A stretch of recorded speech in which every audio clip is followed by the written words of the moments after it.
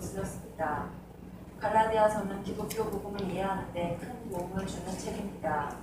마틴 루터는 자신이 기독교 복음을 이해하는 데 갈라디아서가 큰 도움을 주었기 때문에 갈라디아서를 나의 편지라고 불렀습니다. 우리가 기독교 복음을 이해하는 데에도 갈라디아서는 큰 도움을 줄 것입니다. 오늘 우리는 계속해서 갈라디아서의 메시지 이신칭의에 관하여 공부하겠습니다. 네. 갈라디아서는 변증적인 서신이기 때문에 대단히 강경한 어조로 기록이 되었습니다. 그리고 그 속에는 아주 격정적인 또 어조가 포함되어 있습니다. 초대교회의 보편적인 문제가 이 이단의 문제였습니다.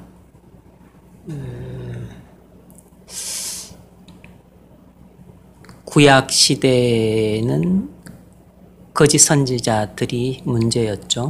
또 신약 시대에는 거짓 사도들이 문제였고, 그렇다면 오늘날에도 거짓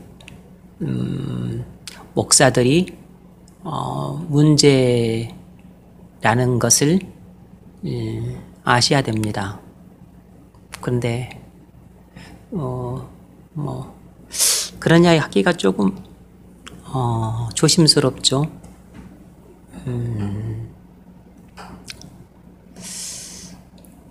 구약 시대에 거짓 선자들이 이미 나와 있으니까 명확하고, 또 거짓 사도들과 거짓 교사들도 신약 성경에 나와 있으니까 명확하지만, 오늘날에는 그럼 누가 참된 목사고 누가 거짓된 목사냐, 이것이 머리에 안 써져 있기 때문에 그것을 분별하기가 쉽지 않죠.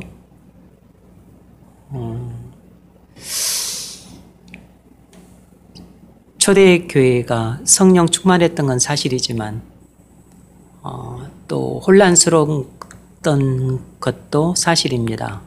그것은 외부에서 들어온 거짓 교사들이나 아니면 또 내부에서 발생한 이단, 이런 문제들이 있었습니다. 갈라디아 교회의 가장 큰 문제는 거짓 교사들이 들어와서 거짓된 복음을 전함으로 교회 전체를 혼란에 빠뜨렸다는 점입니다.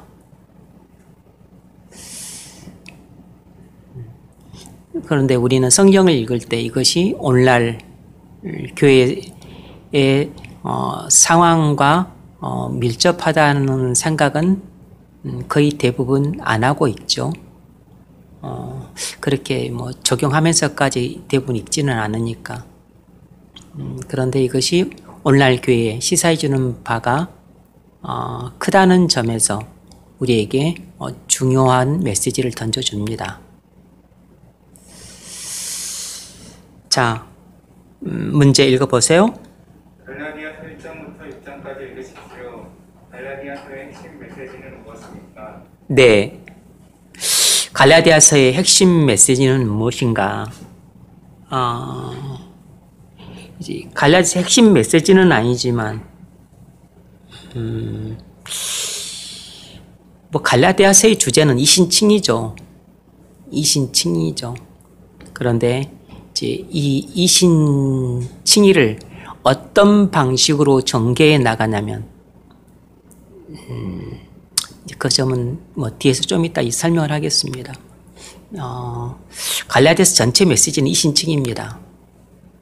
그러면 이제 이것을 크게 세 가지로 나누어서 설명할 수 있는데, 지난 시간에 한 가지를 이야기를 했습니다. 첫 번째로 복음은 신적인 기원을 갖고 있다 그랬습니다. 복음은 신적인 기원을 갖고 있습니다. 다시 말해서 복음은 사도 바울이 고안해 있는 것도 아니고 사람에게서 배운 것도 아니고, 복음은 하나님 아버지로부터 온 것이다 그랬습니다. 사도 바울이 이 이신칭의 복음을 이렇게 전했던 것은 직접 다메섹 도상에서 만난 그리스도로부터 계시를 받고서 이 복음을 전한 것입니다. 그러므로 이 복음 말고 다른 복음이란 있을 수가 없고 다른 구원을 전하는 것은 전부 거짓 복음이라는 것입니다.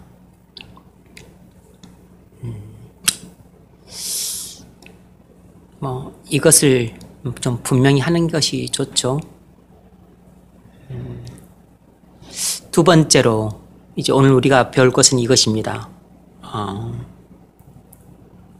복음은 그리스도를 믿음으로 의롭다함을 받는다는 것입니다.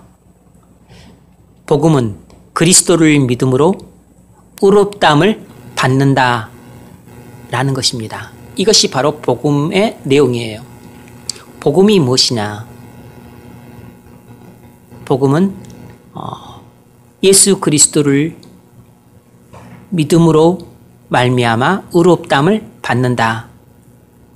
이것이 바로 죄인들에게 가장 기쁜 소식이라는 것입니다. 자, 문제 한번 읽어보세요.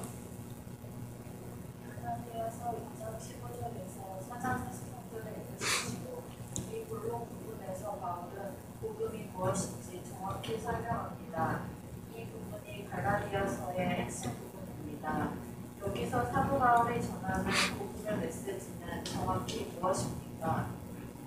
네, 갈라디아서를 크게 세 부분으로 나눌 수 있다고 그랬습니다. 1장 1절부터 2장 14절까지 이 부분은 서론 부분에 해당이 되어 복음의 신적인 기원을 말해줍니다. 그리고 두 번째로 2장 15절부터 4장 31절까지가 갈라디아서의 본론 부분에 해당이 됩니다. 본론 부분에 해당이 돼요. 그래서 여기서는 복음이 무엇인가를 잘 보여줍니다. 복음에 대해서 상세하게 설명을 해요. 그리고 5장, 6장은 이제 결론 부분이라고 말을 할 수 있습니다. 서론, 본론, 결론으로 따지자면 이렇게 나눌 수 있고, 그냥 교리와 적용으로 따지자면 4장까지가 교리 부분이고 5, 6장은 적용 부분이라고 말을 할 수 있습니다.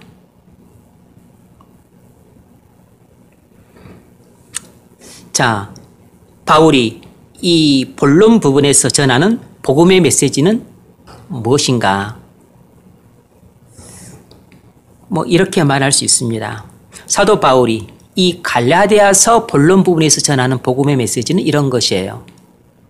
죄인은 율법을 행함으로 의롭다함을 받는 것이 아니라 그리스도를 믿음으로 의롭다함을 받는다. 이것이 바울이 이 갈라디아서 본론 부분에서 전하는 복음 메시지예요. 죄인은 율법을 행함으로 의롭다함을 받는 것이 아니라 그리스도를 믿음으로 의롭다함을 받는다 라는 메시지를 전하고 있어요. 이것이 사도 바울이 2장 15절부터 4장 31절까지를 통해서 전하는 핵심 메시지입니다. 자, 첫 번째 문제 읽어보세요. 갈라디아 교회의 문제는 그리스도로 말미암는 구원을 우리가 어떻게 얻는가 하는 문제였습니다. 바울과 거짓 교사들은 각각 어떻게 가르쳤습니까? 네. 갈라디아 교회가 안고 있었던 주된 문제는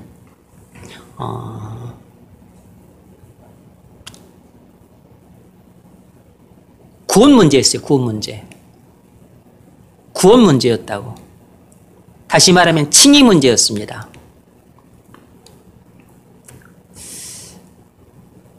사람이 어떻게 구원을 받느냐 하는 이 문제를 놓고 사도 바울이 가르쳤던 것과 뒤에 들어온 거짓 교사들이 가르쳤던 내용이 달랐습니다. 사도 바울은 오직 예수 그리스도를 믿음으로만 의롭다함을 받는다 이렇게 가르쳤던 반면에 거짓 교사들은 예수 그리스도를 믿을 뿐만 아니라 할례를 받고 율법을 계속 지켜야 한다. 그래야만 의롭다함을 받을 수 있다고 가르쳤어요.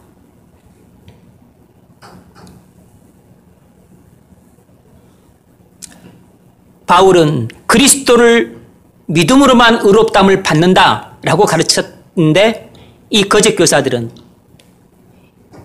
예수 그리스도를 믿을 필요가 없다 이렇게 가르치지 않았어요. 예수 그리스도를 믿을 뿐만 아니라 할례도 받고 율법도 지켜야 의롭다함을 받을 수 있다고 가르친 것이에요.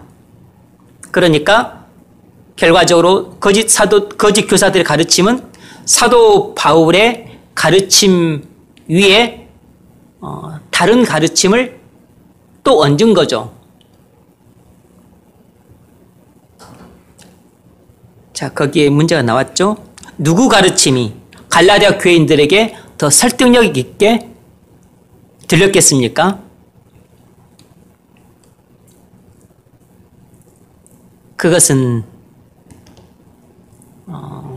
자연스럽게 이 뒤에 들어온 거짓 교사들의 가르침이 갈라디아 교인들에게 훨씬 더 설득력 있게 들렸을 겁니다. 뒤에 들어온 거짓 교사들이 앞섰던 이 사도 바울의 이 가르침을 부정을 했어요. 거짓 교사들은 사도 바울의 사도직을 의심을 했고 바울이 다른 사도들로부터 복음을 배웠는데 잘못 이해해서 너희들에게 오직 그리스도를 믿음으로써만 의롭다함을 받을 수 있다고 잘못 가르쳤다. 원래는 그런 게 아니다. 예수 그리스도를 믿을 뿐만 아니라 거기에 할례도 받고 율법도 지켜야 된다는 것을 바울은 몰랐다. 그래서 바울이 가르친 것이 완전히 틀린 건 아니고 바울의 가르침 거기에 할례와 율법을 더하면 된다. 그러면 정말로 안전하게 구원받을 수 있다. 이렇게 가르쳤어요. 그러니까 사도 바울의 가르침을 완전히 부인한 건 아니었어요. 사도 바울의 가르침이 좀 부족한 부분이 있으니까 이것만 보충하면 너희는 확실하다. 이렇게 가르쳤기 때문에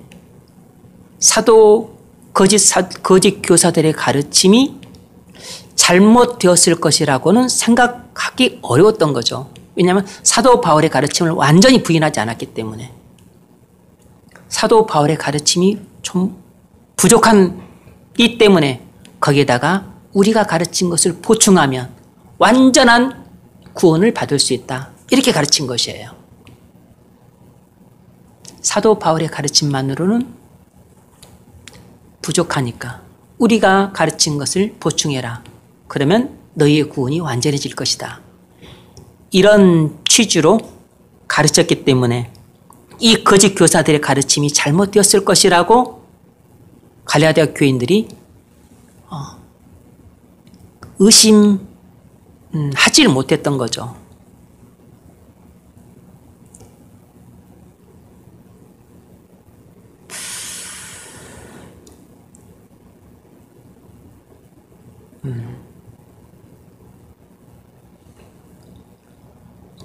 그런 일들은 교회에서도 있을 수 있죠. 당장 이런 갈라디아 교회가 똑같은 이런 문제를 가지고 오늘날 교회에서 그렇게 속이기는 어렵지만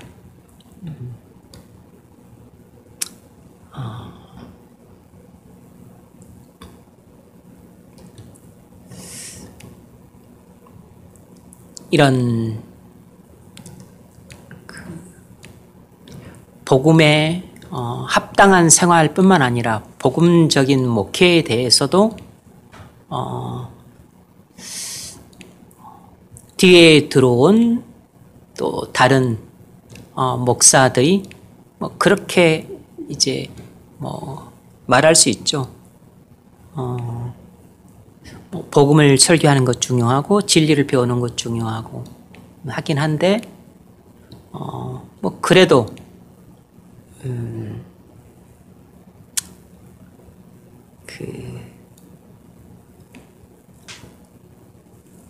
교인들이 와야 복음을 들을 것 아니냐. 그리고 교회가 유지될 것 아니냐.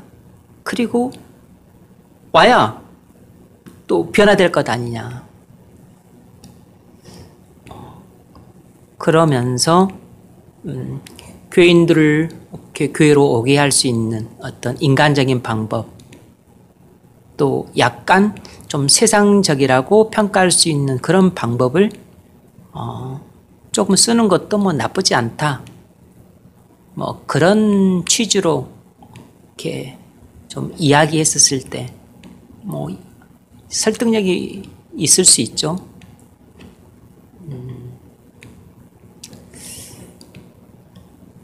이렇게 뭐 교회를 망하게 하자는 의도로 말하는 것이 아니기 때문에 교회를 살려보자고 하는 취지로 말을 하는 것이기 때문에 대부분 이해를 하고 공감할 수 있습니다.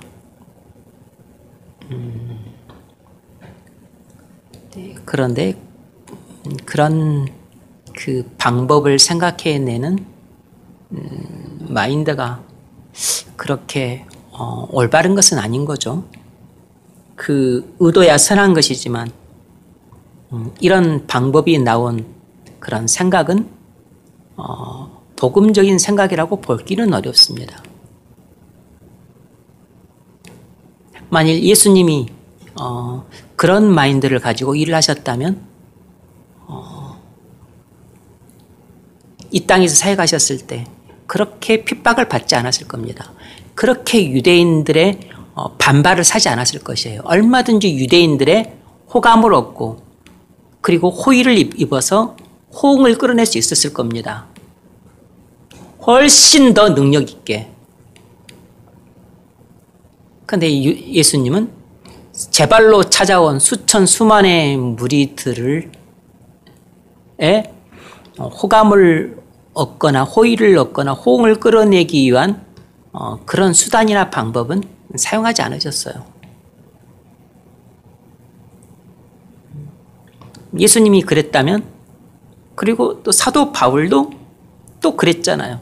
또 예수님이 그랬고, 그 다음에 사도들도 그랬잖아요. 그리고 구약의 선자들도 그랬고, 그러면 뭐 그 다음에 나오는 하나님의 종들도 그 길을 따라가야지, 그 옛적 길을 따라가야지. 그럼 무슨 또 새로운 길을 또 뭘 또 개척을 합니까? 새로운 길을 개척한다고 하는 것은 예수님이 걸어가신 그 길을 따르지 않겠다는 뜻인 거죠. 그러니까 올바른 방법이 아닌 것입니다. 두 번째로, 왜 당시 갈라디아 교인들이 이렇게 생각을 했을까요? 왜 갈라디아 교인들이 사도 바울의 가르침을 들었을 때는 그런 줄 알고 그냥 믿고 받아들이고 그렇게 해서 구원을 받았는데, 나중에 들어온 거짓 교사들이 예수 그리스도를 믿을 뿐만 아니라 그것만으로는 부족하고 믿긴 믿어야 된다. 근데 그것으로만 구원받는 게 아니고 하나님 사람들이 다 그랬던 것처럼 할례를 받고 율법을 지켜야만 온전한 그 의롭다함을 받을 수 있다. 이렇게 가르쳤을 때 왜 당시 갈라디아 교인들은 그렇게 쉽게 그것을 속아 넘어갔을까요? 왜 그렇게 사도 바울로부터 배운 가르침을 버리고 신속하게 거짓 복음에 속아서 그렇게 하나님의 저주 아래로 제발로 들어갔을까요? 이걸 한번 생각을 해봐야죠. 그 이유는 갈라디아 교인들이 율법과 복음을 충분히 이해하지 못했기 때문입니다. 율법과 복음을 충분히 이해하지 못했기 때문에 그래요. 그래서 갈라디아 교인들이 율법에 대한 이해가 부족하고 복음에 대한 이해가 부족해서 거짓 교사들이 전한 이 거짓된 복음에 소모가 넘어갔다고 판단했기 때문에 바울은 갈라디아 교인들의 그 부족한 부분을 채워주기 위해서 율법과 복음의 관계를 자세하게 설명하기 시작을 해요. 그러니까 갈라디아 교인들이 거짓 교사들이 전한 거짓된 복음을 속아 넘어갔던 것은 바로 율법과 복음에 대한 영적인 이해와 지식이 없었기 때문입니다. 그래서 영적인 분별력이 대단히 부족했기 때문에 자신이 전했던 이 올바른 복음을 버리고 거짓 복음을 이 옳은 줄 믿고 그렇게 쫓아간 것이에요. 그들은 하나님의 축복을 버리고 하나님의 저주 아래로 본인들이 달려가고 있다는 사실을 몰랐습니다. 그만큼 율법에 대한 이해와 복음에 대한 이해가 중요한 것이에요. 그래서 바울은 이 2장 15절부터 4장 31절 이 갈라디아 서신의 가장 그 핵심적인 부분에서 이 율법과 복음에 대해서 자세하게 설명을 해요.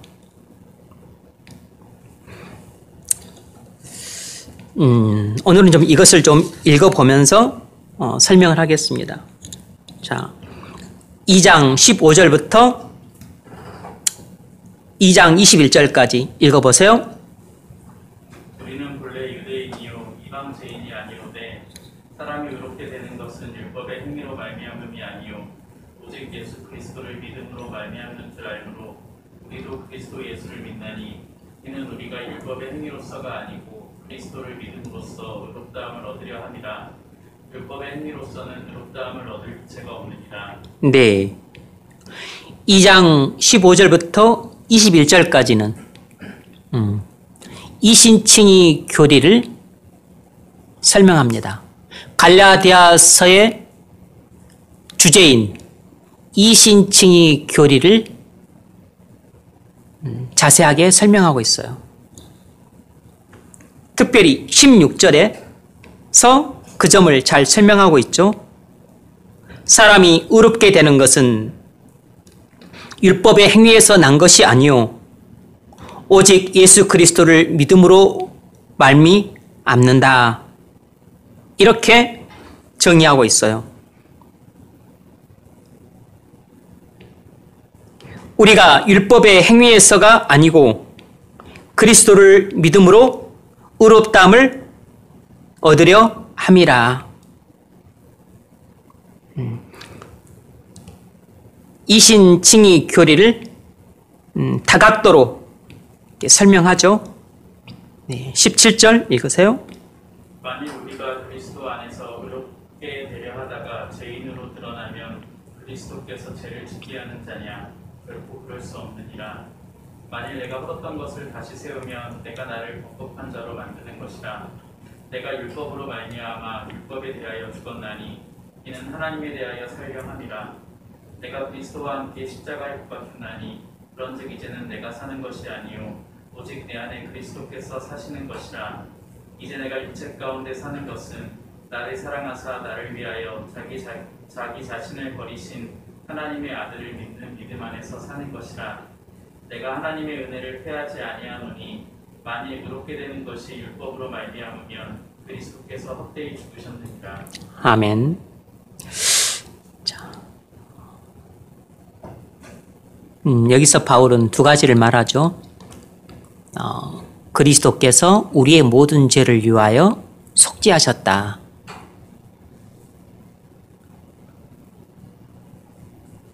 그리고 우리는 그 그리스도의 속죄를 믿음으로 의롭다함을 받는다.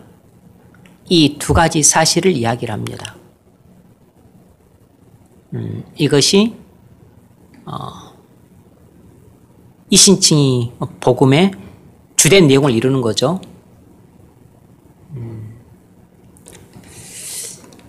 3장, 4장은 율법과 복음에 대해서 자세하게 설명을 해요. 바울은 3장, 4장에서 율법과 복음에 대해서 자세하게 설명을 합니다. 바울은 거짓 교사들의 이 율법주의로부터 복음을 지키고자 율법과 복음에 대해 자세히 설명을 합니다. 거짓 교사들이 전했던 이 율법주의로부터 복음을 지키기 위해서 율법과 복음에 대해 자세하게 설명을 해요. 여러분들이 갈라디아서를 읽을 때 아는 것 같기도 하고 잘 모르는 것 같기도 하고 그래서 조금 이해가 되는 부분도 있었지만 이해가 안 되는 부분도 있었을 것이에요. 자, 3장 1절부터 14절까지 자, 여기는 복음과 율법을 대조합니다. 5절까지는 책망하는 내용인데 그 다음 6절부터 9절까지는 이신칭이 복음의 그 복됨에 대해서 이야기를 하고 그 다음에는 율법의 저주에 대해서 이야기를 합니다. 그러니까 복음과 율법을 대조하고 있죠. 이신칭의로는 복을 받지만 율법의 행위로는 저주를 받을 뿐이라는 것입니다. 바울이 여기서 말하고자 하는 것은 믿음으로는 의롭다함이라고 하는 복을 받지만 이신칭 율법의 행위로는 저주만 받을 뿐이라는 것이에요. 자, 읽어보세요. 3장 1절로 14절. 어리석도가 갈라디아서 하구나. 예수 그리스도께서 십자가에 못 박혀 계신 것이 너희 눈앞에 밝히 보이거늘 누가 너희를 꾀더냐. 내가 너희에게서 당한 이것을 알려 하노니 너희가 성령을 받은 것이 율법의 행위로냐 혹은 듣고 믿음으로냐. 너희가 이같이 어리석으냐. 성령으로 시작하다가 이제 육체를 마치겠느냐. 너희가 이같이 많은 괴로움을 헛되이 받아내냐. 과연 헛되냐. 너희에게 성령을 주시고 너희 가운데 능력을 행하시는 이게 이디 율법의 행위에서냐 혹은 듣고 믿음에서냐. 아브라함이 하나님 네. 이 앞의 내용은 그 갈라디아 교인들의 영적 분별력 없음을 심하게 꾸짖는 내용이죠. 읽으세요. 아브라함이 하나님을 믿음에 그것을 그에게 의로 정하신 깜과 같으니라. 그런즉 믿음으로 말미암은 자들은 아브라함의 자손인 줄 알지어다. 또 하나님이 이방을 믿음으로 말미암아 의로 정하신 것을 성경이 미리 알고 먼저 아브라함에게 복음을 전하되 모든 이방이 너로 말미암아 복음을 받으리라 하였느니라. 그러므로 믿음으로 말미암은 자는 믿음이 있는 아브라함과 함께 복을 받느니라. 우리 율법 행위에 속한 자들은 저주 아래에 있나니. 네, 이제 10절부터 14절까지는 율법의 행위를 의지하는 자들은 저주를 받는다라는 내용이죠. 읽어보세요. 기록된 바 누구든지 율법책에 기록된 대로 모든 일을 항상 행하지 아니하는 자는 저주 아래에 있는 자라 하였습니다. 또 하나님 앞에서 아무도 율법으로 말미암아 의롭게 되지 못할 것이 분명하니 이는 의인의 믿음으로 살리라 하였습니다. 율법은 믿음에서 난 것이 아니니 율법을 행하는 자는 그 가운데서 살리라 하였느니라. 그리스도께서 우리를 위하여 저주를 받을 바 되사 율법의 저주에서 우리를 속량하셨으니 기록된 바 나무에 달린 자마다 저주 아래에 있는 자라 하였습니다. 이는 그리스도 예수 안에서 아브라함의 복이 이방인에게 미치게 하고 또 우리로 하여금 믿음으로 말미암아 성령의 약속을 받게 하려 합니다. 아멘. 3장 15절부터 22절까지는 율법에 대한 언약의 우선성을 이야기합니다. 율법에 대한 언약의 우선성을 이야기해요. 언약으로 약속한 것이 430년 뒤에 온 율법 때문에 폐지되지 않는다는 것입니다. 언약에서 약속한 것은 이신칭이에요. 그러니까 언약에서 약속한 것, 다시 말해서 이신칭의는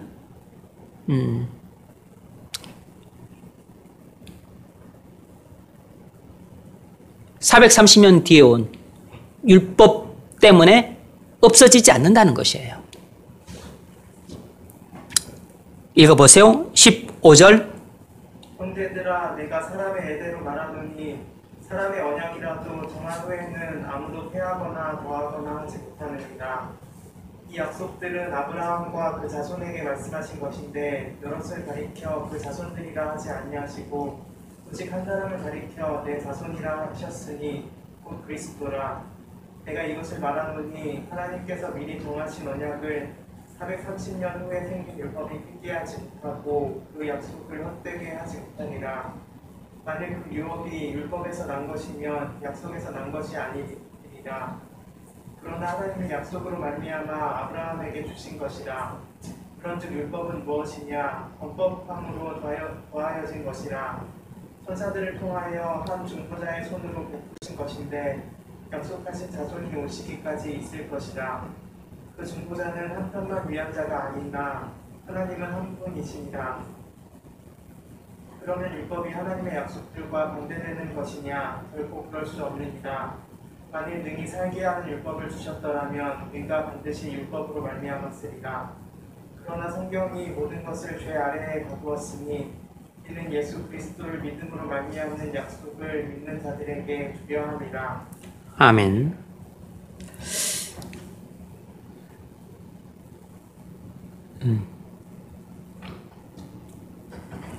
율법도 언약의 산물이긴 하지만 하나님의 은혜 언약은 이신칭이죠. 그래서 하나님의 은혜 언약에서 약속하신 것은 믿음으로 말미암아 의롭다함을 받는다는 것입니다. 따라서 이 언약의 약속인 이신칭의는 나중에 이보다 뒤에 온 그 율법보다도 훨씬 더 우선한다는 것입니다. 따라서 하나님이 언약에서 약속해 놓고 나서 나중에 뒤에 율법에서 말한 것을 가지고 먼저 말했던 언약의 약속을 하나님이 폐기하지 않는다는 것입니다. 그건 하나님의 성품에 맞지 않는다는 것이에요. 자, 그리고 3장 23절부터 29절까지는 율법의 진짜 목적을 이야기합니다. 율법의 참된 기능을 말하죠. 읽어보세요. 믿음이 오기 전에 우리는 율법 아래 매인바 되고 계시될 믿음의 때까지 갇혔느니라. 이같이 율법이 우리를 그리스도께로 인도하는 초등교사가 되어 우리로 하여금 믿음으로 말미암아 의롭다함을 얻게 하려 합니다. 믿음이 온 후로는 우리가 초등교사 아래에 있지 아니했다. 너희가 다 믿음으로 말미암아 그리스도 예수 안에서 하나님의 아들이 되었으니 누구든지 그리스도와 합하기 위하여 세례를 받은 자는 그리스도로 옷 입었느니라. 너희는 유대인이나 헬라인이나 종이나 자유인이나 남자나 여자나 다 그리스도 예수 안에서 하나이니라. 너희가 그리스도의 것이면 곧 아브라함의 자손이요 약속대로 유업을 입을 자니라. 아멘. 그리스도의 율법의 참된 그 기능은 사람들을 그리스도께로 인도하는 것이다 라는 것입니다. 하나님이 이스라엘 백성들에게 율법을 주신 목적은 자신들의 죄를 깨닫게 해서 자신들이 스스로의 힘으로는 구원받을 수 없는 무능력한 존재의 힘을 깨닫게 함으로써 그래서 우리를 위해서 우리를 죄에서 구원해 주실 구원자를 하나님이 보내주셨다는 사실을 믿게 하도록 하는 것이 바로 율법의 진짜 기능이라는 것입니다. 이스라엘 백성들은 눈이 가려워져서 율법을 가졌지만 율법의 진짜 기능을 몰랐던 거죠. 그래서 율법의 이 목적을 알려줄 필요가 있었던 겁니다. 이 갈라디아 교인들에게도. 갈라디아 사람들은 이방 사람들이잖아요. 그러니까 더더욱 이 율법에 대한 이해가 부족하고 그리고 율법에 대한 지식 자체도 또 턱없이 모자라죠.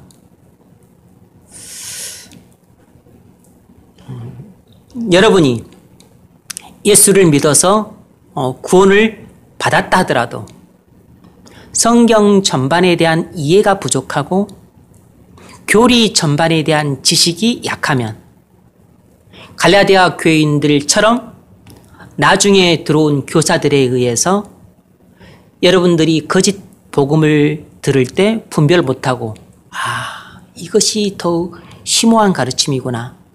또 진리와 함께 비진리가 섞인 그런 잘못된 가르침을 들었을 때에도 대단히 은혜롭다. 이렇게 오해를 하고 잘못 믿는 일들이 흔하게 발생을 해요. 그러니까 단순히 예수 믿고 구원받았다고 해서 안전한 게 아니고 성경 전반에 대한 폭넓은 이해와 그리고 정확하고도 깊은 지식들이 필요한 것입니다. 그래야만 반석 위에 믿음의 집을 튼튼하게 지을 수 있는 것이에요. 갈라디아 교인들이 이러한 이해와 지식이 부족했기 때문에 그래서 결국 영적인 분별력이 대단히 취약해서 결국 거짓 교사들의 거짓 가르침을 분별을 못했던 겁니다. 여러분도 만일 여러분이 구원받지도 못한 상태에 있다면 이런 사람은 엎어쳤다 맺혔다 하기는 손바닥 쥐는 것처럼 쉬워요. 근데 구원받은 사람이라 할지라도 진리에 대한 전반적인 이해와 지식이 부족하면 어디서든 이렇게 처음부터 막 황당무계하게 말을 하는 게 아니고 신천지도 처음부터 황당무계하게 말하지 않아요. 가다가 한 군데에서 꼬아가지고 거기서부터 이때 잘못된 논리로 나가기 때문에 그래서 쇠뇌를 당하는 것입니다. 거짓 가르침도 마찬가지예요. 처음부터 막 부처가 하나님이고 그 사람은 윤회하고 뭐 그런 식으로 이렇게 거짓 그 가르침 이단이 그런 식으로 우리에게 접근하지 않죠. 정통교리가 말하는 것과 똑같은 것으로 다 시작을 해요. 그런데 어느 지점에 가서 그것을 트는 것입니다. 그런데 그것을 발견할 수 있는 눈이 없으면 고개를 끄덕이다가 나중에는 엉뚱한 결론에서까지 고개를 끄덕이게 돼요. 그것이 영적인 분별력이 없는 사람과 있는 사람과의 차이예요. 아는 사람은 그 지점을 딱 집어내지만 집어내지 못하면 결국 속게 되는 것입니다.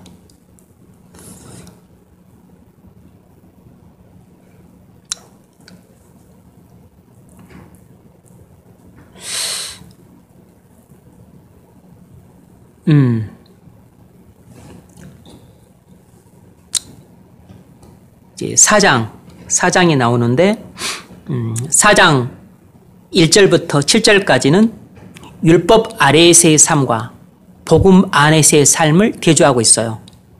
율법 아래에서의 삶과 복음 안에서의 삶을 대조하고 있습니다. 읽어보세요. 내가 또 말하노니 율법을 이을 자가 모든 것의 주인이나 어렸을 동안에는 종과 다름이 없어서 그 아버지가 정할 때까지 후견인과 성직의 아래에 있나니 이와 같이 우리도 어렸을 때에 이 세상의 초등 문화에 있어서 종로를 타였더니 때가 참에 하나님이 그 아들을 보내사 여자에게서 나게 하시고 율법 아래에 나게 하신 것은 율법 아래에 있는 자들을 선생하시고 우리로 아들의 명분을 얻게 하려 하시리라. 너희가 아들이므로 하나님이 그 아들의 영을 우리 마음 가운데 보내사 아빠 아버지라 부르게 하셨느니라. 그러므로 내가 이 프로는 종이 아니요 아들이니 아들이면 하나님으로 말미암아 유업을 받을 자니라. 아멘. 네. 율법 아래에서의 삶은 죄의 종으로서의 삶입니다. 반면에 복음 안에서의 삶은 죄의 종으로부터 자유한 삶이에요. 이것이 결정적인 차이입니다. 그리스도께서 이 땅에 오신 것은 죄의 종로 타는 우리에게 자유를 주시기 위해서 오신 것이에요. 4장 8절로 11절은 바울이 갈라디아 교인들의 잘못을 책망하고 있는 대목입니다. 아주 심하게 책망을 하죠. 8절로 11절. 그러나 너희가 그때에는 하나님을 알지 못하여 본질상 하나님이 아닌 자들에게 종로를 타였더니 이제는 너희가 하나님을 알 뿐 아니라 더욱이 하나님이 아신 바 되었거늘 어찌하여 다시 약하고 천박한 초등 학문으로 돌아가서 다시 그들에게 종로를 타려 하느냐. 너희가 날과 달과 절기와 해를 삼가 지키니 내가 너희를 위하여 수고한 것이 헛될까 두려워하노라. 아멘.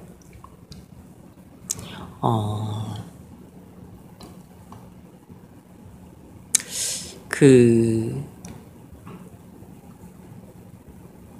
1989년에 베를린 장벽이 무너졌어요. 서베를린, 동베를린이 있었는데 한 도시를 두토막 내는 장벽이 있어가지고 동베를린은 동독이 통치하는 억압의 땅이었고 서베를린은 서독이 통치하는 자유의 땅이었습니다. 그래서 그 전까지 한 28년 가까이 아니죠.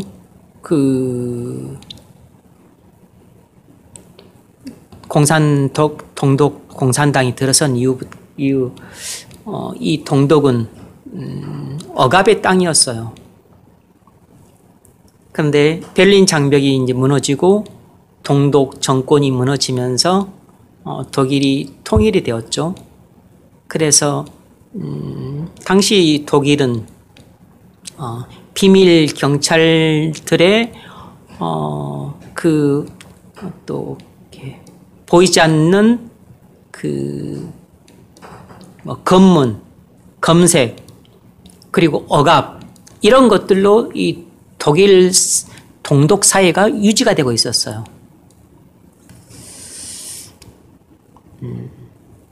그런데 그들이 이제 89년 이렇게 장벽이 무너지고 나서 자유를 맛봤어요. 그러다가 다시 장벽을 다시 세우고 다시 옛날 동독 암울한 사회에서 계속되는 이 억압의 통치로 다시 돌아가라고 했다면 이 동독 사람들이 어떻게 반응을 했겠어요?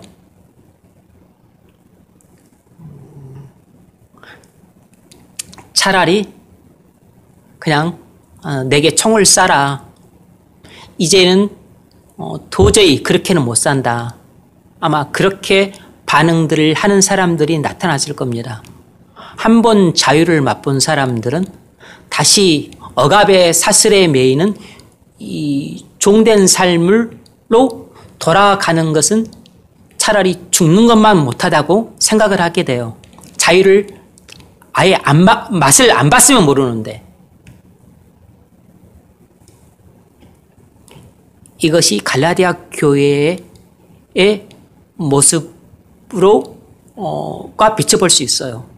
갈라디아 교인들은 율법 아래에서 죄의 종된 삶을 살던 사람들이었는데 바울이 전해준 복음을 듣고 예수를 믿음으로 말미암아 의롭다함을 받아 복음 안에서 그들은 죄의 종된 삶으로부터 자유한 삶을 살게 되었어요. 그랬던 사람들이 거짓 교사들이 전해준 거짓 복음을 믿고서 그들은 다시 그들이 예전에 종살이했던 율법 아래로 들어가서 율법 아래의 삶으로 그들은 다시 복귀하고 있었어요. 그래서 사도 바울이 기가 차서 지금 책망을 하고 있는 것입니다. 어떻게 이런 일이 있을 수가 있냐?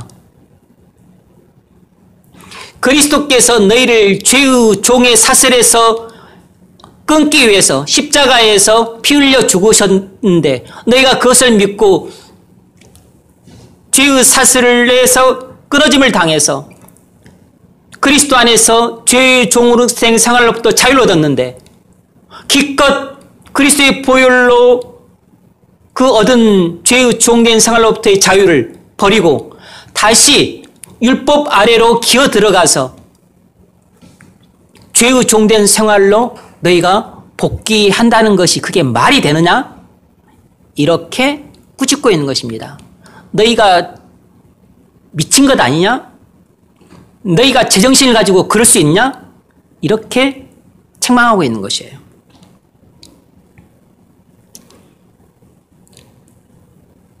죄의 종된 삶이라고 하는 것은 동독 주민들이 동독 그 공산당 치하에서 모든 자유를 잃고 억압의 통치를 받는 삶보다도 훨씬 더 고통스럽고 슬프고 비참하고 불행한 삶이에요.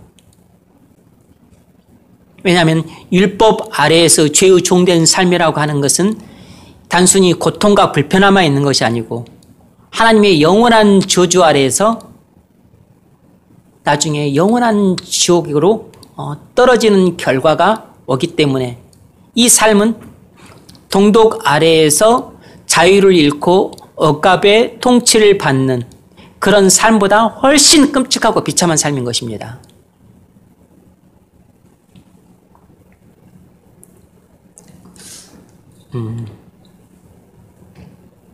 그래서 갈라디아 교인들이 저지른 잘못은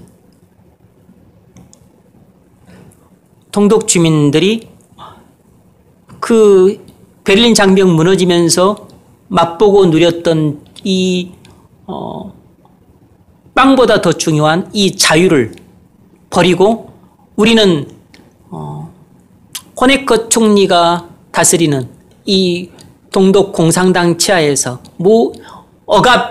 억압과 그리고 또 고통과 굶주림 또 감시 이런 종된 삶이 우리는 더 좋습니다 하고 돌아가는 것이 미친 짓인 것처럼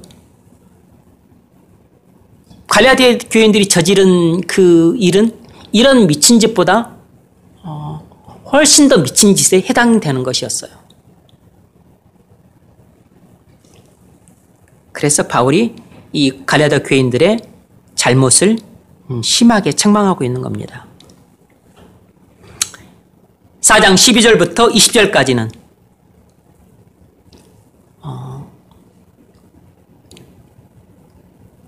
그런 어처구니 없는 잘못을 범한 이 갈라디아 교인들에 대한 바울의 애틋한 사랑을 전해요. 바울은 자기가 이 갈라디아 교인들을 얼마나 애틋하게 사랑하는지를 토로합니다. 12절 읽어보세요. 형제들아 내가 너희와 같이 되었은즉 너희도 나와 같이 되기를 구한다. 너희가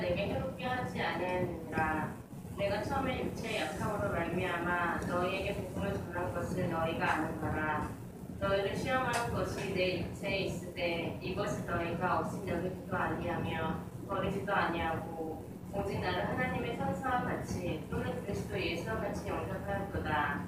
너희의 복이 지금 어디 있느냐? 내가 너희에게 증언하노니 너희가 할 수만 있었더라면 너희의 눈이라도 떼어 나에게 주었으리라. 그런즉 내가 너희에게 참된 말을 함으로 원수가 되었느냐? 그들이 너희에게 대하여 열심내는 것은 좋은 뜻이 아니요 오직 너희를 이간시켜 너희로 그들에 대하여 열심을 내게 하려 함이라. 좋은 일에 대하여 열심으로 사모함을 받으면 내가 너희를 대하여서 때뿐 아니라 언제든지 도우니라.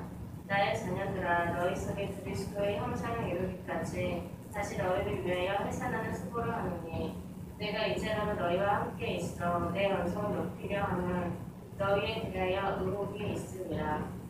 아멘. 4장 21절부터 31절까지는 율법과 복음을 비교합니다.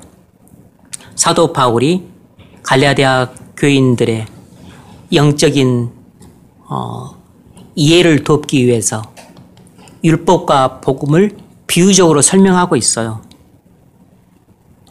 율법은 사람을 죄의 종이 되게 하지만 복음은 사람을 죄의 종에서 자유케 한다 라는 점을 말합니다.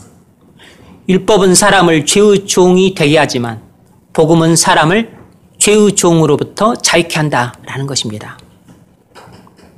4장 21절 읽어보세요.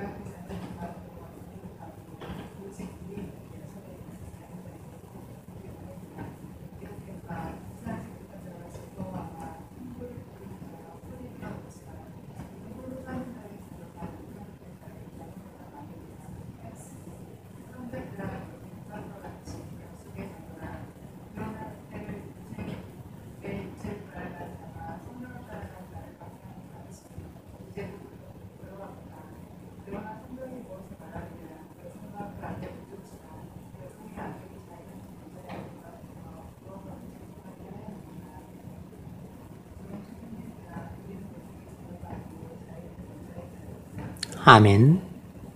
자, 정리하자면 바울이 이 율법과 복음의 비교를 통해서 말하고자 하는 말은 이것입니다.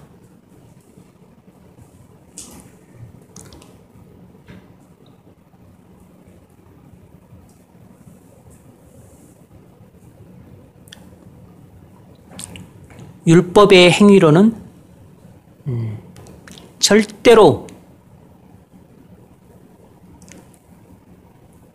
구원받지 못하고 오직 믿음으로만 구원받을 수 있다. 이 말을 하기 위해서 율법과 복음을 설명하고 있는 것이에요.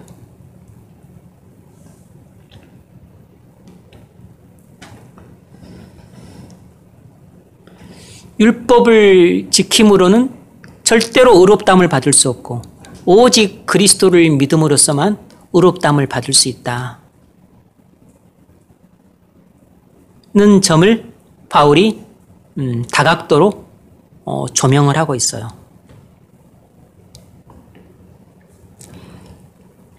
그래서 믿음은 모든 사람이 의롭다함을 받을 수 있는 유일한 길이라는 것입니다. 그래서 유대인이든 이방인이든 전부 그리스도를 믿음으로만 의롭다함을 받을 수 있다는 거죠. 죄인이 의롭다함을 받을 수 있는 다른 길은 절대로 없다는 것입니다.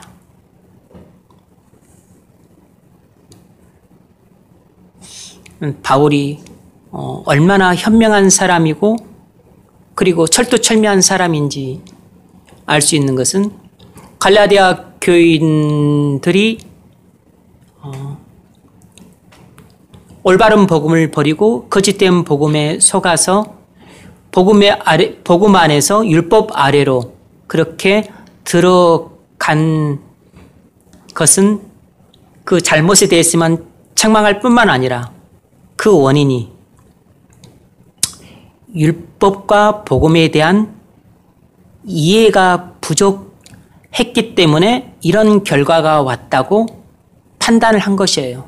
그래서 이 갈라디아 교인들의 영적인 분별력의 부족의 원인은 이 율법과 복음에 대한 이해와 지식이 너무 부족했기 때문에 이런 결과가 온 것이다. 이렇게 깨닫고서 그들에게 이 율법에 대한 이해와 복음에 대한 이해를 증진시키기 위해서 이 설명을 자세하게 해주고 있는 것이에요.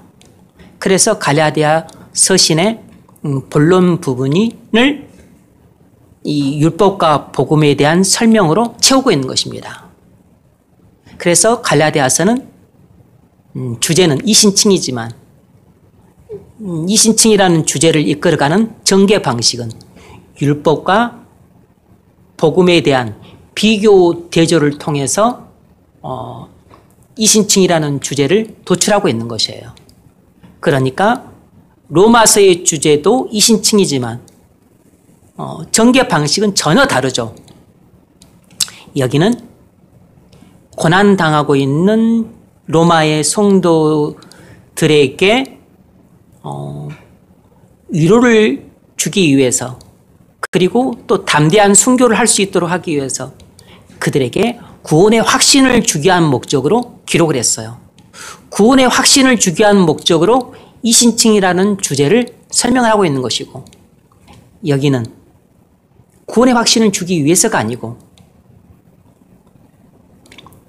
그들이 영적인 분별에 실패했던 원인이 율법과 복음에 대한 이해와 지식이 부족했기 때문에 그들이 영적인 분별에 실패를 했기 때문에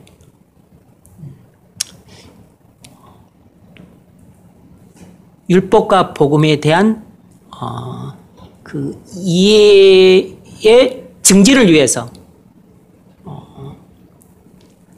이신칭의를 설명하고 있고 그래서 율법과 복음을 비교 대조함으로써 이신칭이라는 주제를 도출하고 있는 겁니다. 여기는 로마서는 구원의 확신을 주기 위해서지만 여기는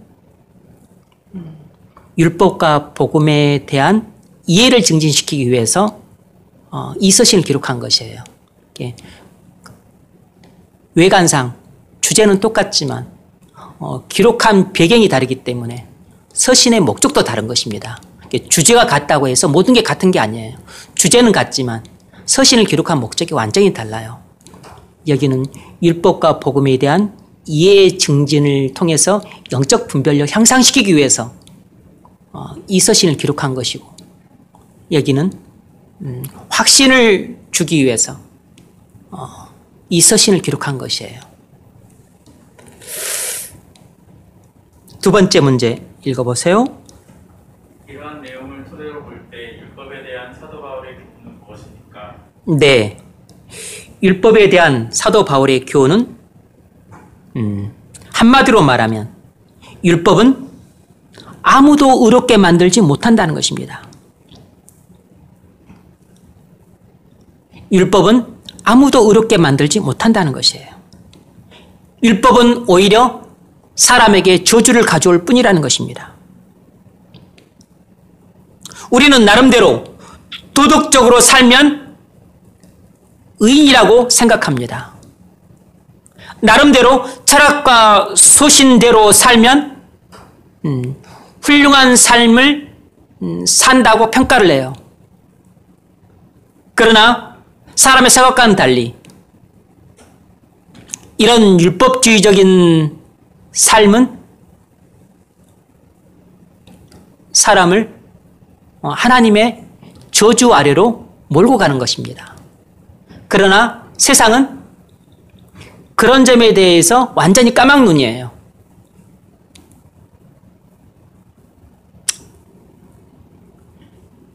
운동선수든 예술가든 아니면 정치인이든 아니면 기업가든 나름대로 자기 분명한 철학과 소신을 갖고 살아가는 사람을 세상 사람들은 다 존경합니다. 뿐만 아니라 게다가 이제 도덕적으로까지 살면 이런 사람들은 이제 아주 신뢰와 존경과 사랑을 한 몸에 받아요. 그런데 그 삶의 본질이 율법주의적인 삶이라는 것을 그들은 전혀 알지 못합니다. 하나님 앞에 가장 큰 죄인들이 바로 도덕적으로 살고 그리고 자기 나름의 철학과 이 소신을 가지고 살아가면서 자기를 훌륭하다는 사람이라 생각하고 그리고 자기 스스로 의인이라고 생각하는 사람들이라는 사실을 전혀 모르죠.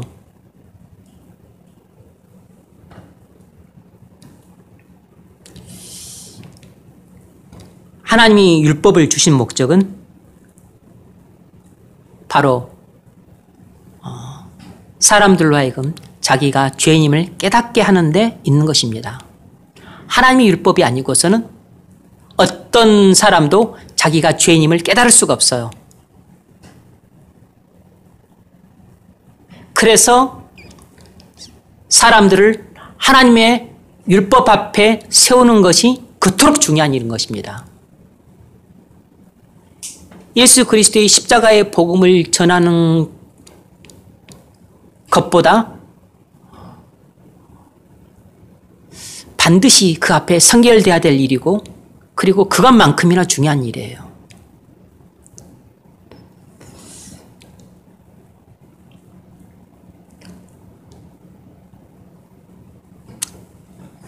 세 번째 문제 읽어보세요.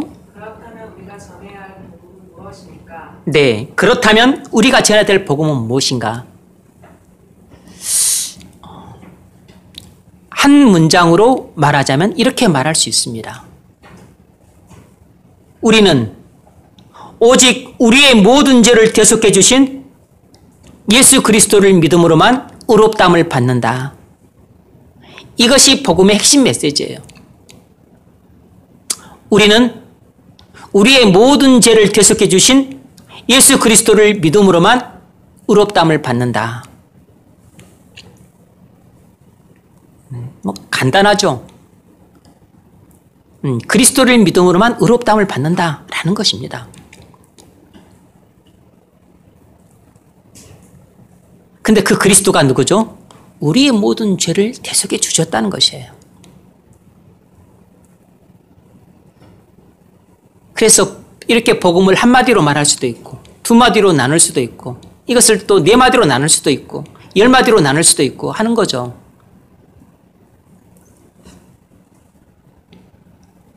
여러분, 복음은 모든 죄인이 반드시 들어야 될 절대 필수적인 소식입니다.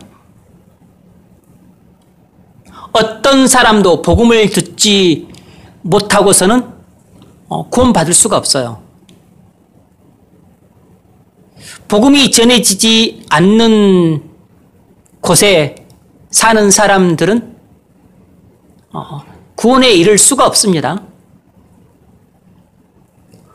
복음을 듣지 못한 사람들은 평생 구원을 찾아 헤매다가 죽습니다. 복음을 듣지 못한 사람들이 구원받을 수는 없는 것이에요. 왜냐하면 복음은 빛이기 때문에 복음이 빛이 비춰지지 않는 곳은 흑암의 땅이고 그리고 거기는 사망의 땅이에요. 복음이 비춰지지 않는 곳에도 하나님께서 긍휼을 베푸셔서 구원을 해 주시겠지. 근데 그런 일은 없습니다.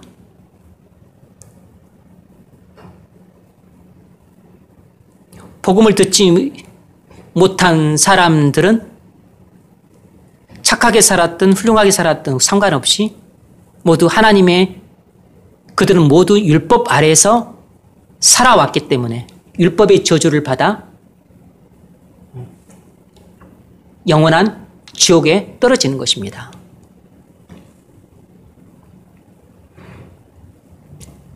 그래서 무엇이 중요할까요? 세 가지를 말할 수 있는데, 첫 번째는 그래서 교회가 복음 설교를 하는 것이 그토록 중요한 것입니다.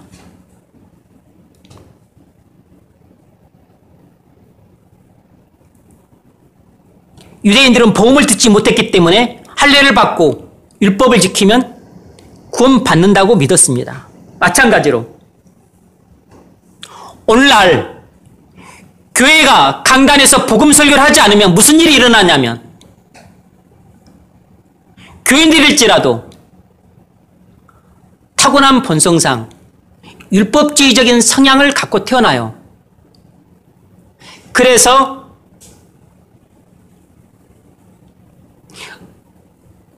하나님이 말씀하신 대로 열심히 하면 구원을 받겠지라고 하는 막연한 생각들을 모든 교인들 근저에 깔려 있어요. 그래서 목사가 강단에서 복음 설교를 분명히 하지 않으면 무슨 일이 일어나냐면, 교인들은 내가 세례를 받고 그리고 하나님 말씀을 잘 지키면 구원받을 것이다 라고 대부분 막연하게 믿어요.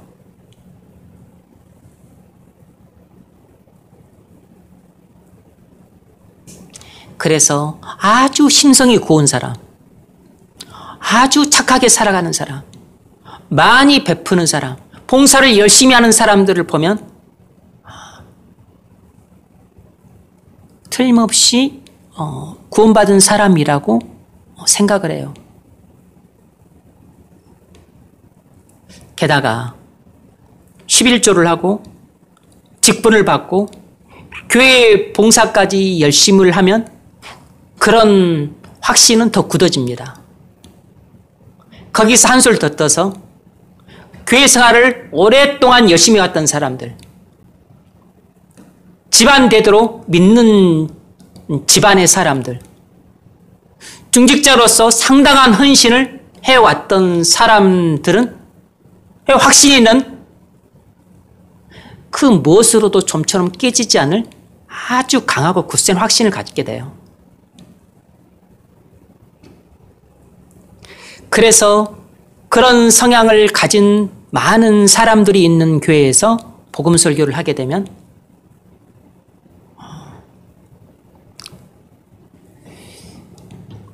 하나님의 성령이 강력하게 역사를 해서 그들의 강박한 마음이 깨지고 부서지면 큰 구원이 임하는 붕으로 나타나지만, 그러지 않으면 엄청난 거부와 반발과 적개심으로 나타나요.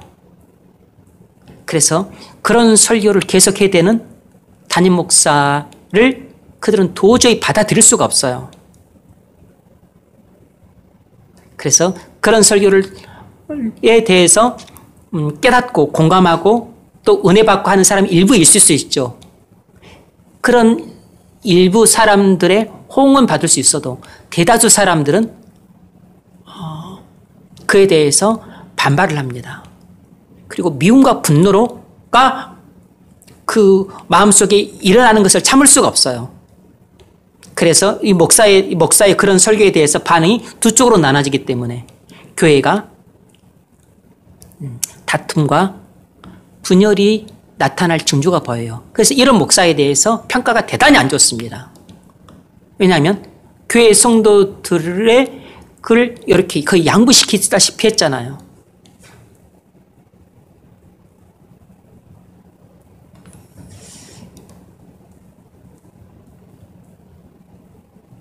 하나님의 율법을 강하게 전하면 교회 안에서 이런 일이 일어나기 때문에 이 내용은 제가 다음 시간에 이야기를 하겠습니다.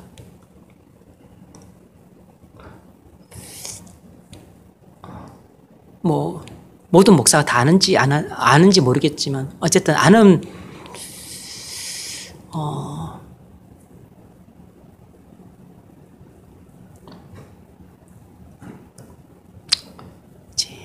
알고 있다면 피하고 싶은 마음이 있을 수 있겠죠. 그러면 이런 류의 설교를 안 하는 거죠.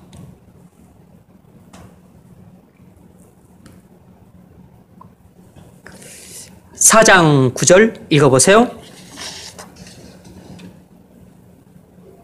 이제는 너희가 하나님을 알 뿐 아니라 더욱이 하나님이 아신 바 되었거늘 어찌하여 다시 약하고 선박한 초등학문으로 돌아가서 다시 그들에게 종노릇하려 하느냐. 아멘. 많은 사람들이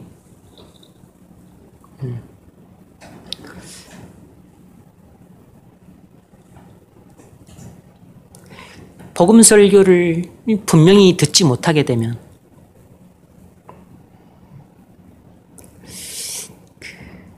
내가 이렇게까지 열심히 주님을 섬기고 있는데 주님이 나를 모른다 하시겠는가? 내가 이렇게까지 교회에 많은 헌신을 했는데 설마니 내가 구원을 안 받았을 리라고. 우리 작은아버지가 목사님이시고 또 우리 할아버지가 장로님이셨는데 우리 할머니가 권사님이신데 우리 어머니가 권사님이신데 내가 그 집안에서 면면히 신앙생활을 내가 열심히 잘해왔는데 내가 아직도 의롭다함을 받지 못했다고? 택도 없는 소리. 이렇게 듣기 쉬운 것입니다. 본인이 율법 아래에 있다는 것을 깨닫는 것은 어둠 속에 있는 사람이 자신이 어둠 속에 있는 것을 깨닫는 것만큼은 어려운 일이에요.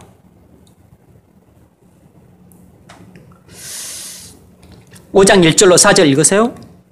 그리스도께서 우리를 자유롭게 하려고 자유를 주셨으니 그러므로 굳건하게 서서 다시는 종의 멍에도 매지 말라. 보라, 나 바울은 너희에게 말하노니 너희가 만일 할례를 받으면 그리스도께서 너희에게 아무 유익이 없으리라. 내가 할례를 받는 각 사람에게 다시 증언하노니 그는 율법 전체를 행할 의무를 가진 자라. 율법 안에서 의롭다 함을 얻으려 하는 너희는 그리스도에게서 끊어지고 은혜에서 떨어진 자였다. 아멘.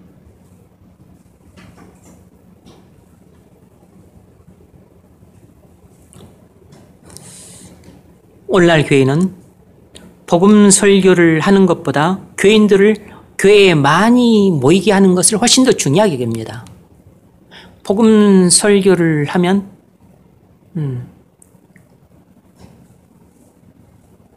어쨌든 처음에는 많은 정죄를 받게 됩니다. 그것들이 마음을 심히 불편하게 만들어요.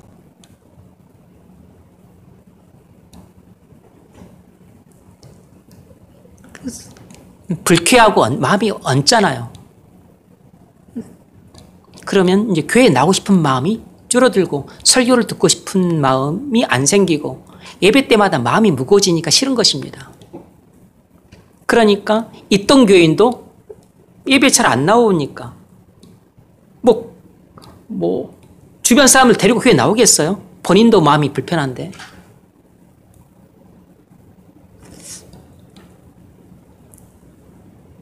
나중에 변화가 되면 주변 사람들 데려오겠지만 변화가 되기 전까지는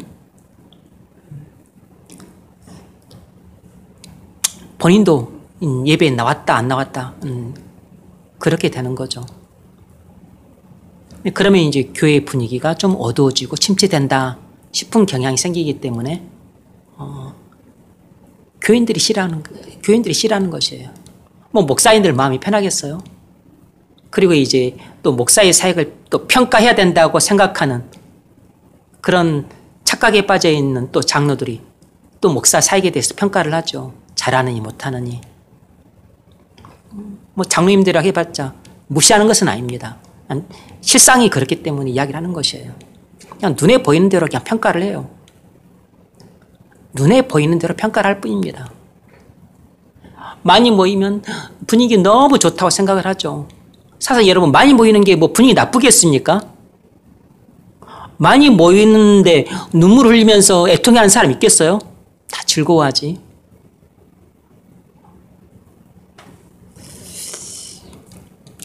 그래서 복음 설교를 하는 것보다 교인들을 많이 모이게 하는 것을 훨씬 더 중요하게 여겨요. 교인들이.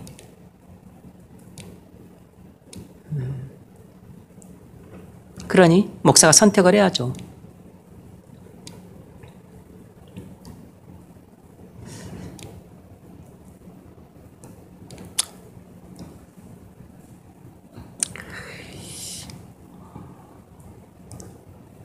오늘날은 세상이 복음을 많이 위협합니다. 여러 가지 세상의 풍조와 유행이 또 교회에서 복음이 전해지는 것을 가로막아요. 그래서 교회는 복음을 위협하는 것에 맞서 싸워야 됩니다. 교회는 복음을 철저하게 고수를 해야 돼요. 교회 안에서 복음이 사라지면 처음에는 뭐 웃고 즐거워하고 기뻐할지는 모르지만 복음이 사라진 교회는 존재 의미가 없기 때문에 복음이 사라진 교회는 사실 하나님도 임재하지 않으세요.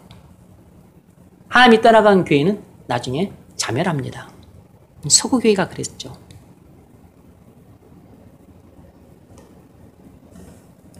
그러니까 복음 없이 이렇게 번창하는 것처럼 보이는 교회는 다 거품입니다. 거품이라고. 나중에 거품이 빠지게 되면 맥주에 거품이 빠지면 술 얼마 안 남죠. 교회가 비게 될 겁니다. 뭐 여러분들은 안 그런 것 같지만 여러분도 똑같아요. 여러분도 눈에 보이는 대로 평가를 하고 믿음으로 평가하지 않아요. 여러분도 눈에 보이는 대로 행하고 믿음으로 행하지 않습니다. 뭐 여러분은 안 그럴 것 같습니까? 여러분도 똑같아요.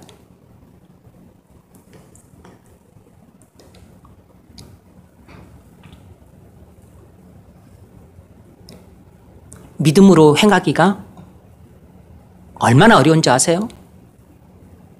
그건 하나님과 늘 상시 소통을 하고 있어야 돼요.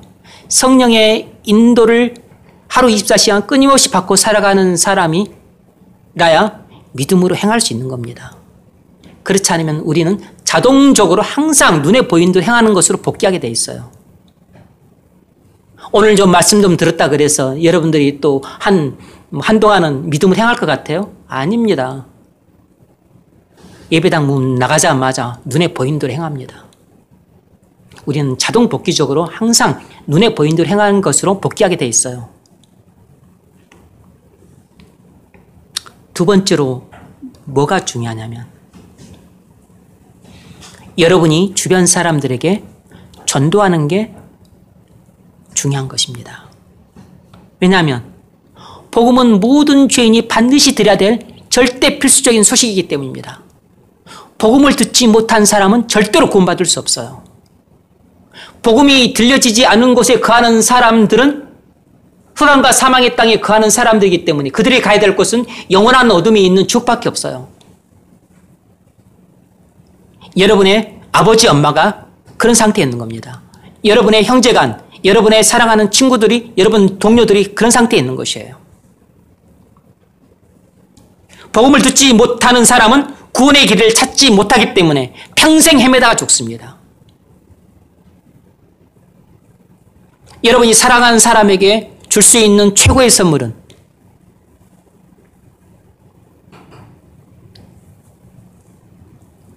복음을 전해주는 것이에요. 교회로 인도하는 것입니다. 그들을 주님께로 인도하는 것이에요. 세 번째로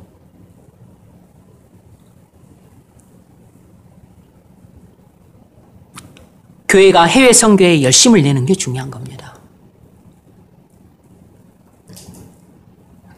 그래도 우리나라에는 복음이 들어왔어요. 아직도 복음이 들어가지 않은 나라들이 있고 민족들이 있습니다. 100년 전에도 우리나라는 흑암과 사망의 땅이었어요. 마찬가지로 지금도 흑암과 사망의 땅인 곳들이 많이 있습니다. 그런 곳으로 하나님은 당신의 종들을 파송해서 복음을 전하기를 원하세요. 그곳에 복음의 빛이 비춰짐으로 멸망 가운데 있는 사람들이 예수를 믿고 하나님 나라로 들어오기를 바라세요. 그 일을 바로 하나님의 교회들이 해야 되는 겁니다. 과거에는 미국이나 영국이나 캐나다, 호주 이런 교회들이 많이 해왔죠. 이제 우리가 복음에 빚진 자들이기 때문에 우리가 그 복음에 빚진 빚을 이제는 갚을 때가 되었습니다.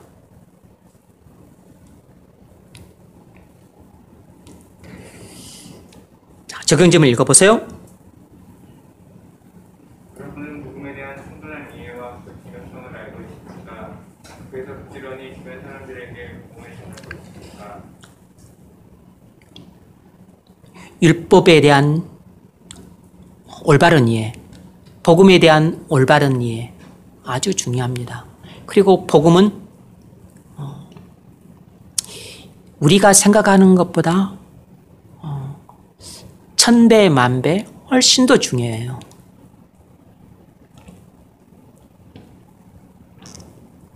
그런데 오늘날 교회는 정말로 복음에 대해서 관심이 없습니다. 사람들이 즐거워하는 것, 사람들이 막 신나하는 것, 사람들이 막 호응하는 것,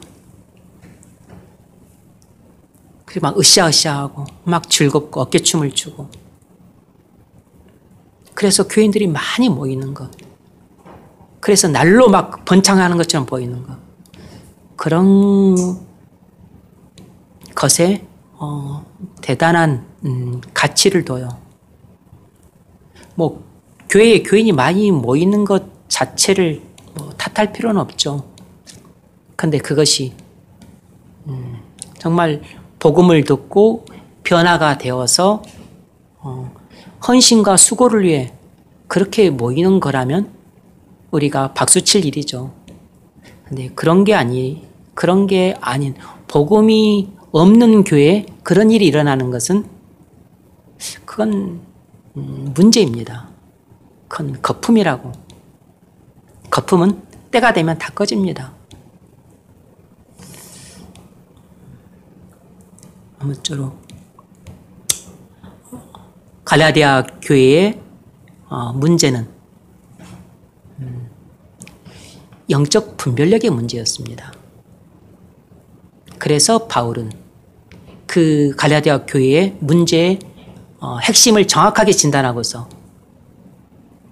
처방을 내렸죠. 그래서 율법과 복음에 대한 이해를 증진시키기 위해서 이 서신을 기록한 것이에요.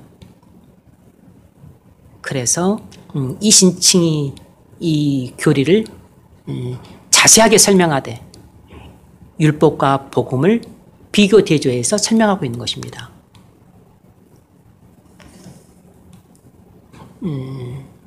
여러분도 영적 분별력이 취약하죠.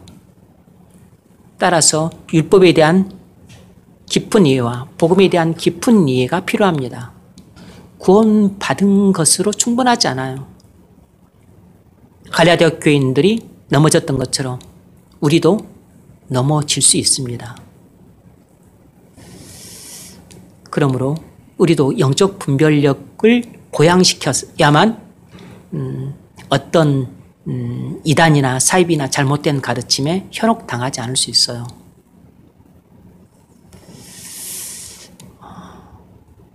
그리고 복음 설교를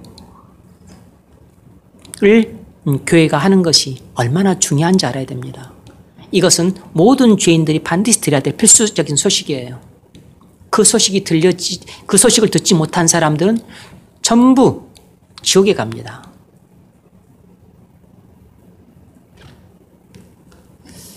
물론 뭐 또 영화라든지 뭐 다른 이제 뭐 예외적으로 말할 것들이 있지만 제하고 그러므로 우리가 교회가 복음 설교를 해야 되고 우리가 복음을 주변에 전하는 것이 얼마나 중요한지 또 각성할 수 있기를 바랍니다. 그래서 교회가 바르게 세워지고 여러분 주변 사람들도 구원받을 수 있기를 주의 이름으로 축원합니다. 하나 마칩니다. 이제는 우리 주 예수 그리스도의 은혜와 하나님 아버지의 무한하신 사랑하심과 성령님의 교통